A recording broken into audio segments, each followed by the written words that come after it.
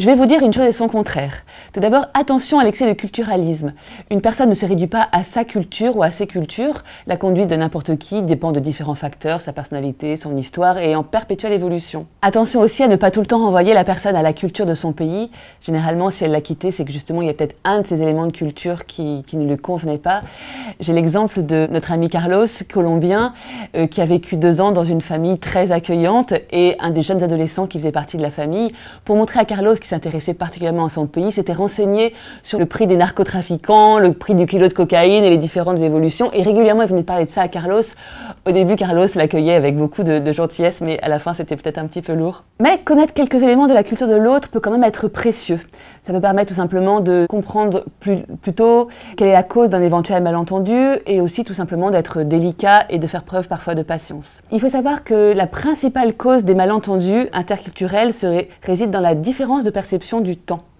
Nous, en Occident, nous avons une conception linéaire du temps.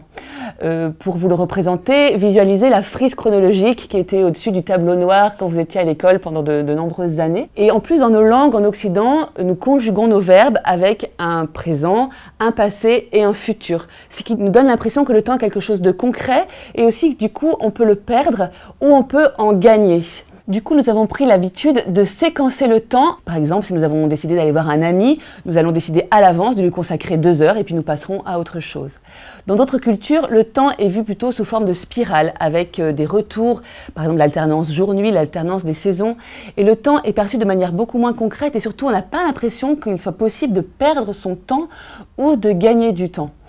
Du coup, quand on fixe à l'avance un rendez-vous, le temps est vécu de manière beaucoup moins concrète et les rendez-vous peuvent être vécus de manière fluctuante. Le retard ne va pas du tout être perçu par les gens issus de cette culture comme par nous. Nous, si par exemple un ami est en retard à un rendez-vous, je vais peut-être me dire d'une part qu'il est peut-être impoli, mais aussi qu'il ne m'accorde pas énormément de valeur. Je vais me sentir peut-être remise un petit peu en question ou que le projet que nous avons en commun n'a pas tant d'importance que ça pour lui. Rien de tout ça dans les retards que peuvent nous imposer, en tout cas nous le ressentons comme tel, des personnes de cultures différentes. Vous l'aurez compris, nos différences de comportement s'expliquent par le fait que pour certains, ce qui prime, c'est l'adhésion à des horaires préétablis et pour d'autres, ça va être d'être pris dans des engagements perpétuels, les uns vis-à-vis des autres avec une place privilégiée pour la famille et les amis.